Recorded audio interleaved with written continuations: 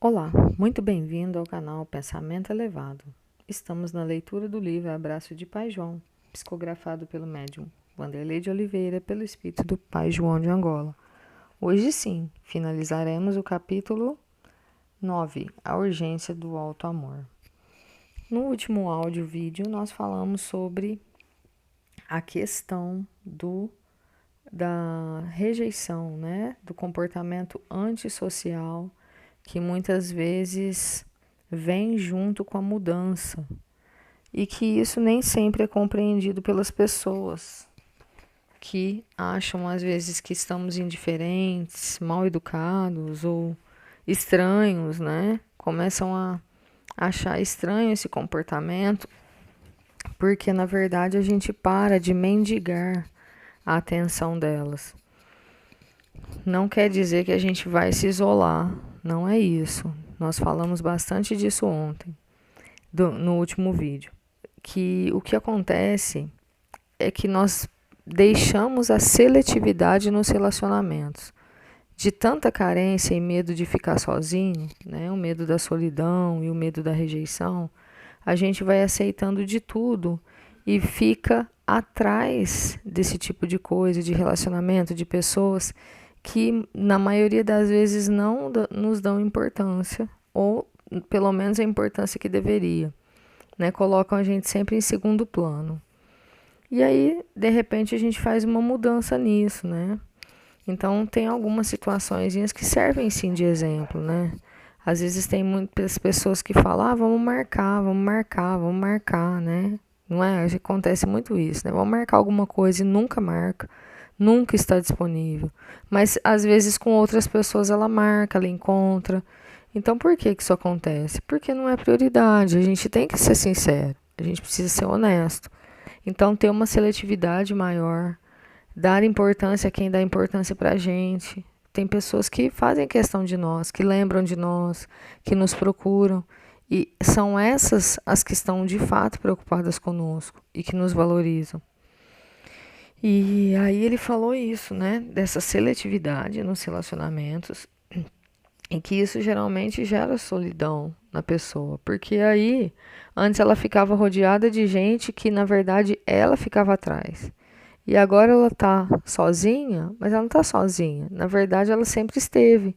Só que a diferença é que ela ficava forçando as pessoas, né? Porque não é o natural das outras. Elas não queriam estar com ela. Não porque não gosta, mas é objetivos, escolhas, vida, né?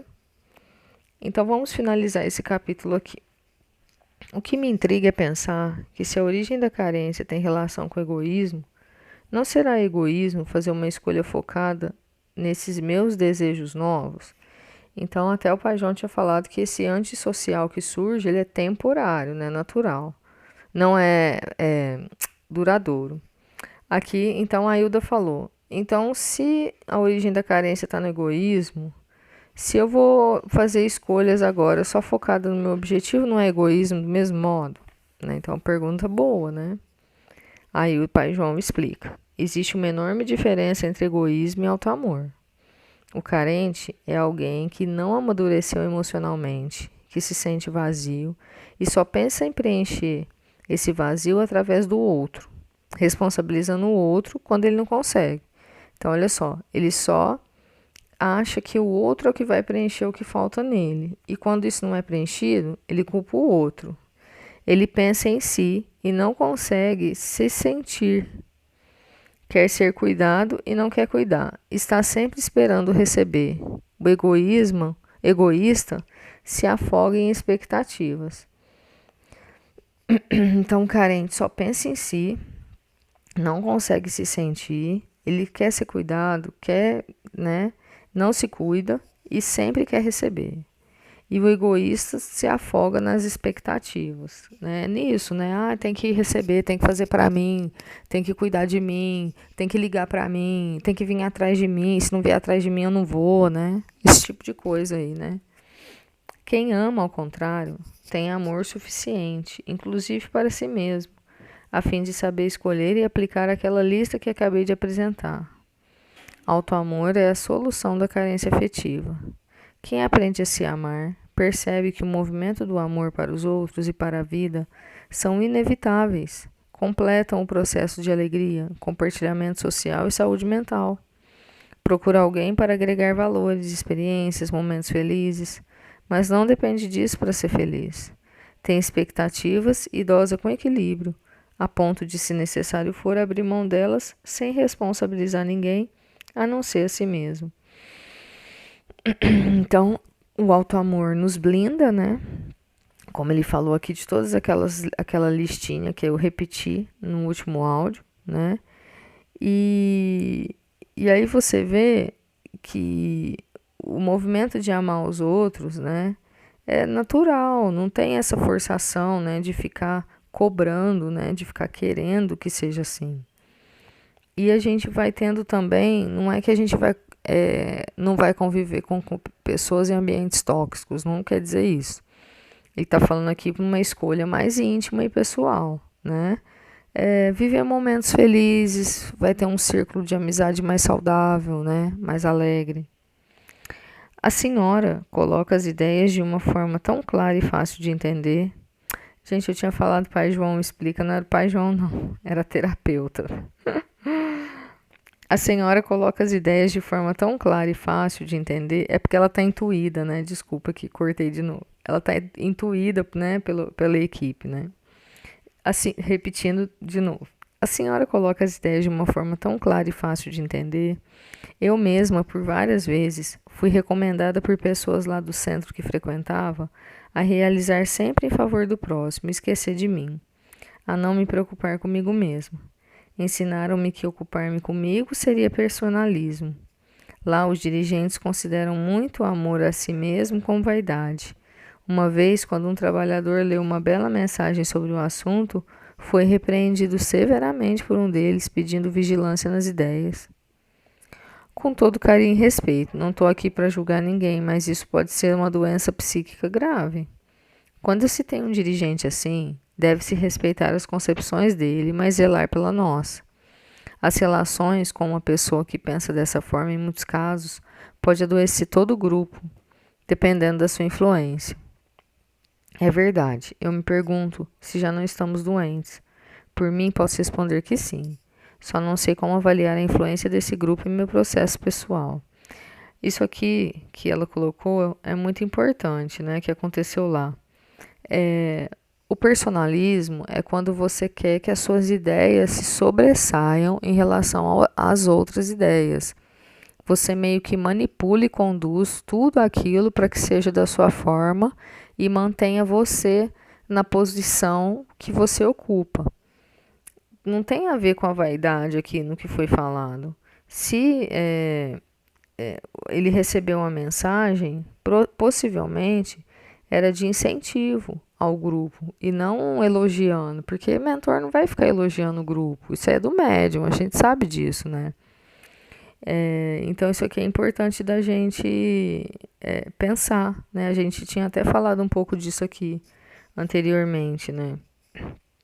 Que às vezes a pessoa também não se permite, né? Se sentir bem, se sentir alegre, se sentir útil no trabalho e coloca aquilo como uma obrigação, né? Você tem que ficar sério, você tem que ficar de cara fechada, não pode ter alegria, né? Não pode sorrir, tem que ser sempre aquele padrão, aquele formato. Então, a gente tem que ter uma certa flexibilidade aqui, né?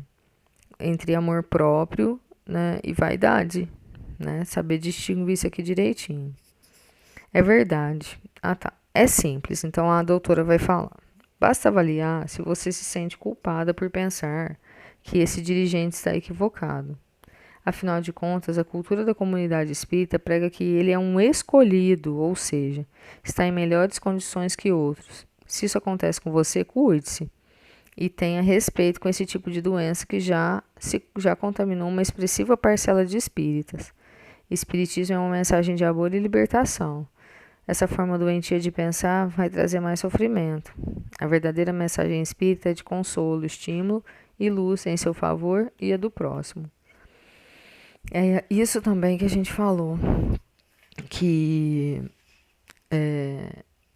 muitas vezes as pessoas não questionam acha que o dirigente ali, ele é uma pessoa que não erra, né? Que ele é 100% perfeito e não pode questionar e não pode falar nada e você tem que afastar. Por quem falou que não? Quem falou que a gente não pode conversar? Que aula de espiritismo, doutora Sandra, que cabeça aberta a sua. Não gosto de misturar assuntos religiosos com profissionais, Hilda. Fico feliz que esses conceitos estejam ajudando você a pensar. Faço isso por conta das descobertas pessoais com as quais você vem demonstrando tanto comprometimento. Os terapeutas conscientes cuidam em trabalhar o componente da espiritualidade e não a religião, embora seja respeitável que troquemos ideias sobre o que possa interessar o crescimento dos nossos pacientes. Em verdade, não estou dando aula de espiritismo. Diria que estamos falando de nós à luz de princípios espíritas e psicológicos. Estou terapeutizando seus conceitos de vida, ficou claro? Muito claro, doutora. Eu sou muito grata por dar tanta luz à minha mente limitada e tanta esperança ao meu coração sofrido. Suas palavras são um santo remédio. E sinceramente não estou cobrando, mas lamento muito que certos centros espíritas não ensinem essa riqueza do alto amor, dos cuidados primordiais para conosco. Gente, nós não vamos conseguir terminar. Ainda vai faltar um pedacinho. Vai faltar mais um pouco. Peço desculpas aí. Mas não tem como a gente não comentar certas coisas, né? As pessoas cobram muito, sabe? Eu já vi lugares, né? Não tô falando como uma pessoa perfeita, nem que sabe tudo, mas que cobram muito dos participantes. Mas os participantes não sabem onde eles estão errando ou o que eles têm que fazer. É muito superficial, a gente precisa mergulhar. E a gente só consegue mergulhar com debate. Porque, gente, eu juro, fica muito assim, ó. A gente tem que agir assim, a gente tem que agir assado e tal, mas a gente acha que é o outro, a gente não vê que a gente tem aquilo, sabe? Então a gente precisa mergulhar com profundidade nos relacionamentos, sabe? Falar sobre eles, como que a gente age de fato para a gente identificar a nossa imperfeição, senão a gente não consegue. A gente acha que está fazendo tudo certo. E isso não é para se culpar, é para a gente melhorar e buscar esse auto-amor aqui, porque fica superficial. Então, nós vamos ter que gravar um novo vídeo, né? Aí sim vai ser o último, porque só faltam 2 páginas.